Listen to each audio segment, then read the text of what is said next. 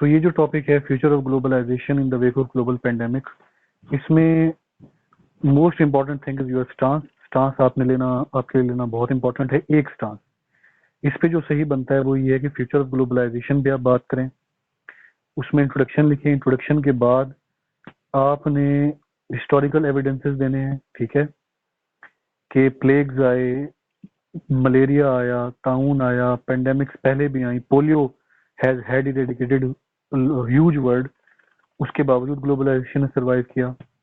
Massive earthquakes आते हैं, massive disasters आते हैं, उस पर भी ग्लोबलाइजेशन ने सर्वाइव किया। और ग्रेट डिप्रेशन आया है, उस पर ग्लोबलाइजेशन ने सर्वाइव किया। तो हिस्टोरिकल एविडेंसेस ये शो करते हैं कि फ्यूचर ऑफ ग्लोबलाइजेशन जो है वो सिक्योर है, वो सेव है, ठीक है। क्योंकि हिस्ट्री में ये बताती है पहले भी ऐसी चीजें आई हैं जिन्होंने ग्लोबलाइजेशन को ऑब्स्ट्रक्ट किया, लेकिन ग्लोबलाइजेशन ऑब्स्ट्रक्ट नहीं हुई।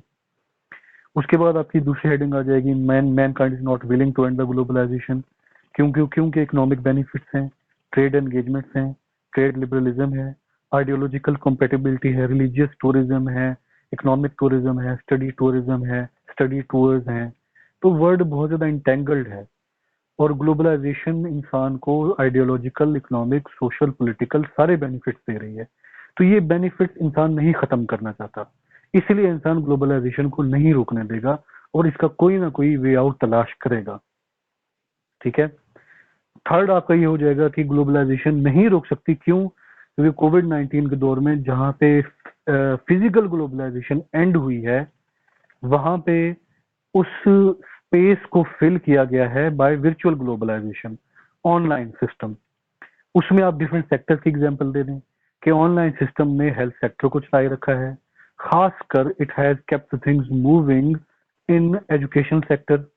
ऑनलाइन क्लासेस हैं, जूम एप्स है, रिकॉर्डेड लेक्चर्स हैं, यूट्यूब पे मौजूद हैं, ऑनलाइन एजुकेशनल सेमिनार्स मौजूद हो रहे हैं, यूज ऑफ इंस्टाग्राम, ट्विटर वगैरह ये चीजें हो रही हैं इंफॉर्मेशन गैदर करने के लिए, ठीक है। ये है अपना इलेक्ट्रॉनिक मीडिया है, प्रिंट मीडिया है, सो सारी चीजें मौजूद हैं।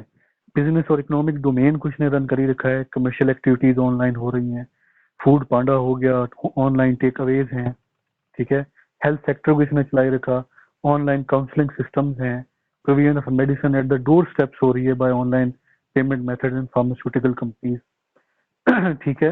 और पूरी दुनिया जो है वो एक ही किस्म के एसओपीज फॉलो कर रही है, दैट आर के जो भी कोरोना रिलेटेड एसओपीज हैं, एक ही किस्म के एसओपीज फॉलो कर रही है। ये भी it is happening due to COVID globalize अपना आईटी, ठीक है।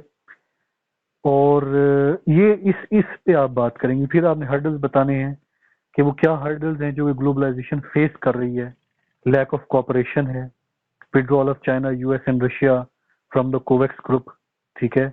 Inefficient role of UN WHO नजर आ रहा है, spread of infodemic by USA है, और lack of responsible attitude by citizen to install the SOPs of कोविड-19। ये हर्डल्स हैं जिन्होंने कोविड-19 को स्प्रेड करने में हेल्प आउट किया है और फ्यूचर ग्लोबलाइजेशन को एट स्टेक किया है।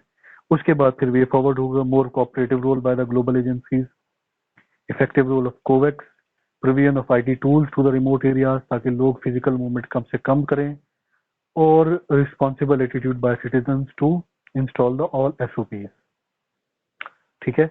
इस तरह से आपने मतलब है इसको लेके चलना है इन डोमेन्स में। I will share this outline on the group as well, ठीक है। Any other question? ठीक है, क्लियर है चीजें?